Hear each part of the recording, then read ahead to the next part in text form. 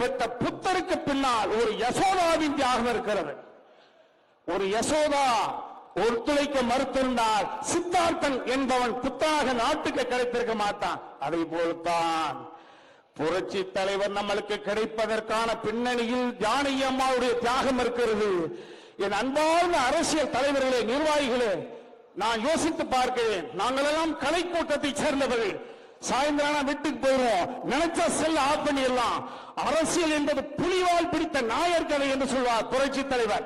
நீங்கள் பிடித்து விட்டீர்கள், விடவும் முடியவில்லை, தொடரவும் முடியவில்லை.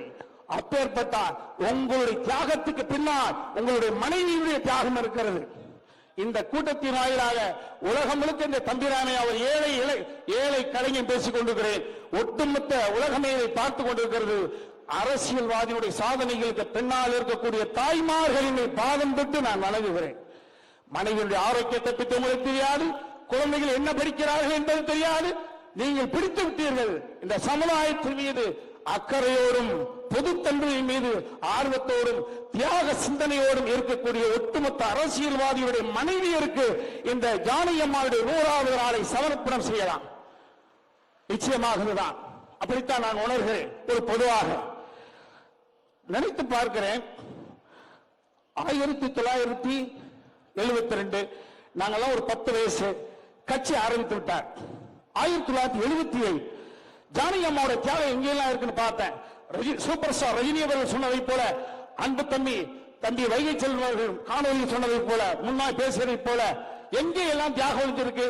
எம்ஜிஆர் ஒரு கேரக்டர் ஆர்டிஸ்ட், சூப்பர் ஸ்டாராக இருக்கிறார் ஜானகி அம்மா, அது ஒரு தியாகம். திருமணம் செய்ததற்கு பிறகு உங்களுக்காகவே என் வாழ்க்கையை அர்ப்பணித்து விட்டேன், நான் நடிக்க மாட்டேன், ஒரு தியாகம். 72 சகோதர யுத்தம், அது அரசியல். தனியாக இயக்கம் காண்கிறார். 55 வயசு அப்ப புரட்சி தலைவருக்கு யார் தடுத்திருக்க முடியும்? ஐயா வேண்டாம், வாங்க, அமைதியா இருங்க, பிடிச்ச படத்தில் நடிங்க, காலை எழுந்துங்க, ஒர்க் அவுட் பண்ணுங்க, 8 மணிக்கு டிஃபன் தானே சாப்பிடுங்க, 10 வயதுக்கு பிடித்த நண்பர்களுக்கு அழைங்க, பேசுங்க, 1 மணிக்கு சாப்பிடுங்க, 3 மணி வரைக்கும் தூங்குங்க, 4 மணிக்கு நடைபயிற்சி போங்க, 7 மணிக்கு டிவி பாங்க, அற்புதமா தூங்குங்க, 100 வயது வரை நீங்கள் வாழுவீர்கள் என்று சொல்ல வேண்டிய இடத்தில் இருந்தவர்கள் ஜானகி அம்மையார். உங்களை நம்பிய ரசிகர்கள் எல்லாம் தொண்டர்களாக மாறி ஒரு இயக்கத்துக்கு தனியாக வந்து விட்டார்கள். எத்தனையோ அரசியல் நிர்வாகிகள் அழைத்திருக்கலாம்.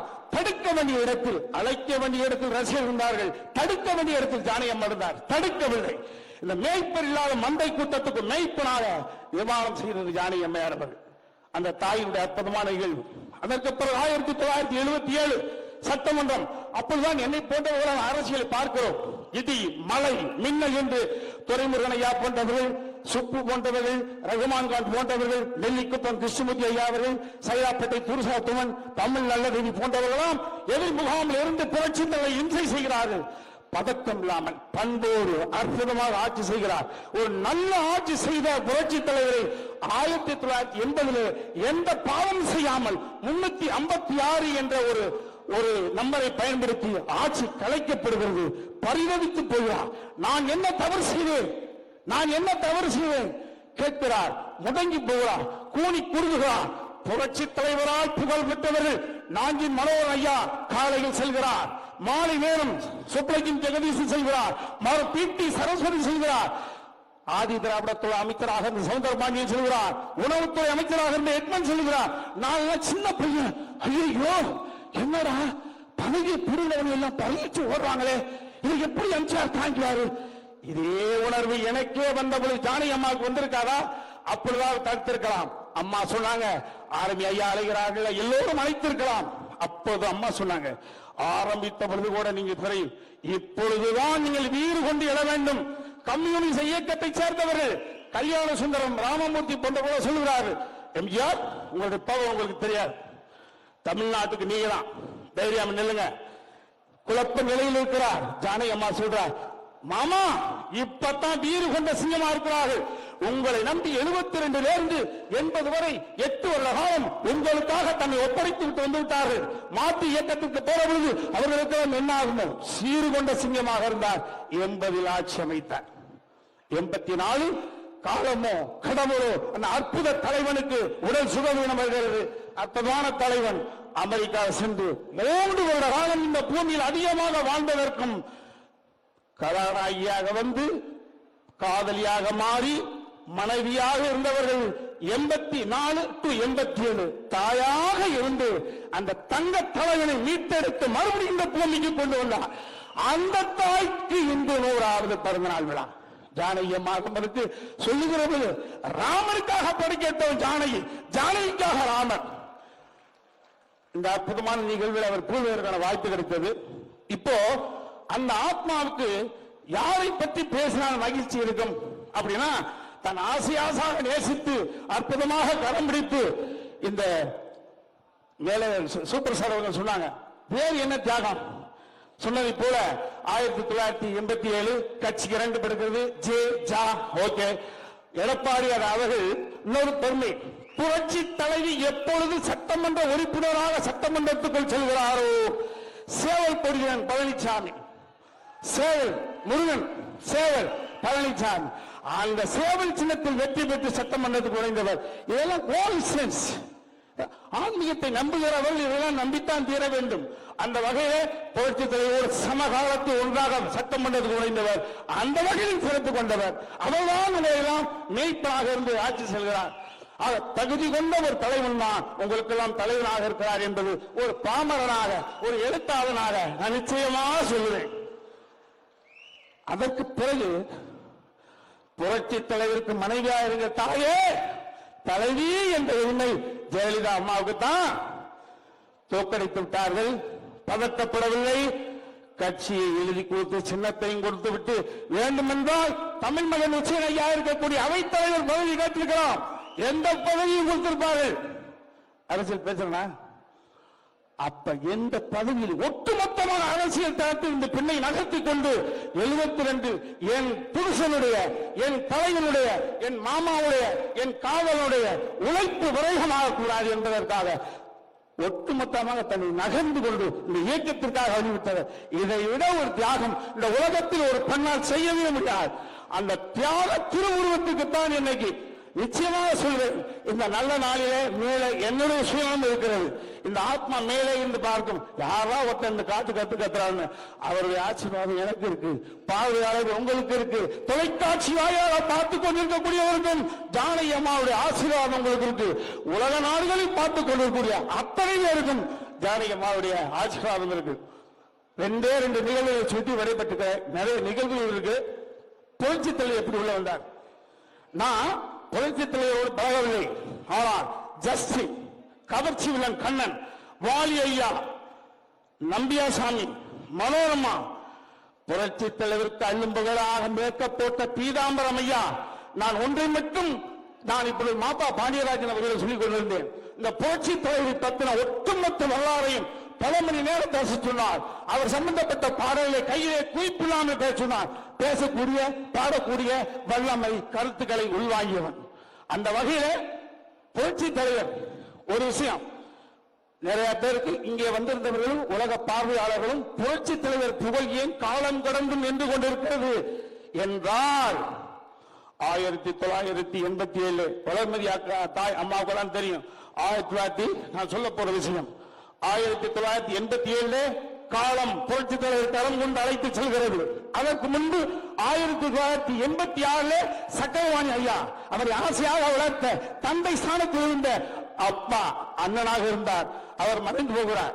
86 புரட்சி தலைவரிடம் சக்கரவாணி ஐயா கேட்கிறாங்க, சாரி எம்ஜிஆர் வந்து சக்கரவாணி ஐயா கேட்கிறாங்க, அண்ணா உடல் சுகவீனம் அமெரிக்காவில் வந்த பொழுது, அண்ணா எனக்கு குழந்தை இல்லை, உங்களுக்கு நிலையா குழந்தை இருக்கு, எனக்கு வளர்ப்பு குழந்தைலாம் இருக்கு, யாருக்காவது என்னன்னு நீங்க கேட்கவே இல்லையே, கணக்கே கேட்கவே இல்லையே, ஏன் கணக்கு கேட்கல? அப்ப மரணத்தை தழுவக்கூடிய அண்ணன் தம்பியிடம் சொல்கிறார், தம்பி ராமோ அதற்கான விஷயத்தை சொல்லுகிறேன் என்று சக்கரபாணி எம்ஜிஆர் ஐயா கிட்ட சொன்னது. 7 வயது யாருக்கு? சக்கரபாணிக்கு. 3 வயது எம்.ஜி. ராமச்சந்திரன் என்ற ஒரு இளைஞனுக்கு. இடையில் ராசம்மாள் அப்படின்னு ஒரு பொண்ணு, பாலக்காடு, மலையாளி, அப்பா சாதாரண நபர் கிடையாது, பாரம்பரிய குடும்பத்திலிருந்து வந்திருப்பதை போல ஒரு மேஜிஸ்ட்ரேட். எம்ஜிஆர் அப்பா ஒரு மேஜிஸ்ட்ரேட். அங்கே தீவிரவாதிகளால் இந்தியா சுதந்திரம் அடைவதற்கு முன்பு தீவிரவாதிகளால் ஒரு தீவிரவாதியை வெளியே நகர்த்துவதற்கான ஒரு கோரிக்கை வைக்கப்படுகிறது. Straight forward. தர்மசீலன் எம்ஜிஆரோட அப்பா முடியாது என்கிறார். முடியாது என்றால் அவன் குடும்பத்தை கொலை பண்ணி சொல்றாங்க. ஆக முடியும் என்றால் பணத்தை வாங்கிவிட்டு கேரளாவிலே தொடர்ந்து இருக்கலாம். முடியாது என்று இருக்க முடியாது. நம்மால் நம் மனைவி குழந்தைகள் மரணிக்கப்படுவார்கள் என்று பயந்து மனைவியையும் 3 குழந்தைகளை அழைத்துக் கொண்டு இலங்கைக்கு செல்லிவிட்டார். பின்னாளில் LTT என்ற அமைப்புக்கு சப்போர்ட் பண்ணுவதற்கான அதிநாதம் நான் இப்ப சொல்ல போறதான். அங்க போகிறார், கண்மூடித்தனமாக வந்து விட்டார். தியாகசீலர் தர்மசீலன் போன இடத்தில் காய்ச்சல், ஃபீவர், அந்த பெண் குழந்தை இறந்து விடுகிறது. பெண் குழந்தை இறந்து விடுகிறது. காரணம் பணம் இருந்ததால் காப்பாற்றிருக்கலாம். மேஜிஸ்ட்ரேட் தன் மகளை அங்கே இறந்து விடுகிறார். வேறு வழி இல்லை. மகளை கூட காப்பாற்ற முடியாத தந்தையாகி போய்விட்டேன் என்ற குற்ற உணர்ச்சியில் எம்ஜிஆர் தந்தை இளம் வயதில் இறந்து விடுகிறார். அந்த அற்புதமான பேரலையை சத்யா 7 வயது 3 வயது கொண்ட 2 சிறார்களை அழைத்துக் கொண்டு கும்பகோணம் வருகிறார்கள். அங்கே ஒரு பிராமண மூதாட்டி இடம் கொடுக்கிறார். அந்த திண்ணையில இட்லி பேரலைக்கு இட்லி விற்கிறாங்க. மலையாளத்தம்மான் பேர். அப்பொழுது எம்ஜிஆர் ராமச்சந்திரன் என்ற இளம் பாடகன் ஓடி ஆடி துருதுருப்பு காட்டக்கூடிய இளைஞன் பாய்ஸ் ட்ரூப்ஸ் அவரை பார்க்கிறது, கப்பிக்கொண்டு செல்கிறது. ஆகா, என்னை அழைக்காமல் என் தம்பியை அழைக்கிறார் என்று பொசிஷன் வரல, ஈகோ வரல. என் தம்பி அவ்வளவு பெரிய ஆட்டோக்காரா என்று அந்த இன்னைக்கெல்லாம் குழந்தை நட்சத்திரத்தை அழைச்சிட்டு போவோம். சினிமாவில் நிறைய சகோதரிகள் வருவாங்க, அந்த குழந்தை நட்சத்திரத்தை அழைச்சு போறாங்க. அப்படி வளர்ந்து ஒரு கட்டத்தில் ஜூனியர் ஆபீஸா இருந்து ரிச் பாயா இருந்து கேரக்டர்ஸ் வந்துட்டார். இப்ப இந்த கதை ஒரு படத்துக்கு முதல் எம்ஜிஆருக்கு 50 ரூபாய் சம்பளம் பேசப்படுகிறது. அந்த காலத்துல 25 ரூபாய் 5% கொடுக்கப்படுகிறது. நேர எம்ஜிஆர் வந்தாரு, சத்யாமா கிட்ட வெறும் 10 ரூபாய் மட்டும் தான் கொடுத்தார். இது சக்கரபாணி அவருக்கு தெரிகிறது. அம்மா ராம் வந்தானா? ஆமா. எவ்வளவு கொடுத்தான்? 10 ரூபாய் கொடுத்தாப்பா. என்னம்மா 50 ரூபாய்? ஒரு படத்துக்கு அட்வான்ஸ் வாங்கியிருக்கான், 25 ரூபாய் வாங்கியிருக்கான், 10 ரூபாய். என்னன்னு கணக்கு கேளுங்கம்மா. என்னன்னு கணக்கு கேளுங்கம்மா. அம்மா வந்திருக்காங்க. ராமு எவ்வளவுப்பா சம்பளம் பேசுறேன்? 50 ரூபா. அம்மா எவ்வளவு கொடுத்தாங்க? 25. 10 ரூபா தான் கொடுத்தேன். இல்லம்மா 25 ரூபாய் வாங்கிட்டு ஓடி வந்து நான் திருவான்மியூர் பஸ் ஸ்டாண்டில் நின்னேன். அங்கே கும்பகோணத்திலிருந்து பஞ்சம் பிழைப்பதற்காக 3 குழந்தைகளோடு ஒரு தாயும் தந்தையும் வந்து நின்றார்கள். குழந்தையெல்லாம் அழுதுகிட்டு இருந்தாங்க. எதுக்கு அழுதாங்க கேட்டேன். ஐயா, நாங்க பஞ்சம் பிழைக்க வந்தோம்யா மெட்ராஸுக்கு. எனக்கு வடக்கு கிழக்கு தெரியலையா, எப்படி பிழைக்கும் தெரியலையா, சொந்த ஊருக்கே திரும்பி போயிடான்னு சந்தோஷம் வந்தையா. பசிச்சு அழுகுறியா. கையில் இருந்த 5 தாள், ஒரு தாளை இப்பொழுது சாப்பிடுங்கள், ஒரு தாள் பசிக்கு வச்சுங்க, ஒரு தாள். என்னதான் பிறந்த ஊரா இருந்தாலும் போன உடனே வேலை கிடைக்காது, அங்க போய் பயன்படுத்துங்க. கொடுத்தம்மா, நீ என்னையும் அண்ணனை கும்பகோணத்துக்கு கூட்டு வந்தவங்களுக்கு பிரதான துடிச்சிருப்ப. கும்பகோணத்துல இருந்தாங்க, கொடுத்துட்டம்மா. என்னம்மா? இல்லப்பா சக்கரபாணியிடம் வந்திருக்கிறார்கள். தம்பி பாணி, நீ எந்த காரணத்தை கொண்டும் ராமுகிட்ட கணக்கு கேட்காத. அவன் கொடுக்கணும் என்ற எண்ணத்தோடு பிறந்தவன். கணக்கு கேட்டு கொடுக்கும் முன்னத்தை மாற்றி விடாதே என்றார். அங்கேதான் அவர் வல்லலாக வருகிறார். அந்த நிகழ்வு நான் நிறைய பேர் பேசணும். ஒரே விஷயம், எம்ஜிஆருடைய பாடல்கள் நினைத்தால் நிறைய நேரம் பேசலாம். எல்லாரும் வெளியில் போகணும். தரை மீது பிறக்க வைத்தார், எங்களை கண்ணீர் மிதக்க வைத்தார். கரை மேல் இருக்க வைத்தார், பெண்களை தண்ணீரில் குளிக்க வைத்தார். வெள்ளி நிலாவே விளக்காயும் கடல்தான் எங்கள் வீடு. முடிந்தால் முடியும், தொடர்ந்தால் தொடரும். இதுதான் எங்கள் வாழ்க்கை, இதுதான் எங்கள் வாழ்க்கை. மீனவர் சமுதாயத்துக்கு ஒரு தேசிய கீதம். கடவுள் என்னும் முதலாளி, கண்டெடுத்த தொழிலாளி, விவசாயி. என்ன வளம் இல்லை இந்த திருநாட்டில், என் கையை ஏந்த வேண்டும் வெளிநாட்டில். ஒழுங்காய் பாடுபடு வயக்காட்டில், உயரும் உன்மதிப்பு அயல் நாட்டில். கடவுள் ஏன் கல்லானா, மனம் கல்லாய் போன மனிதர்களாலே.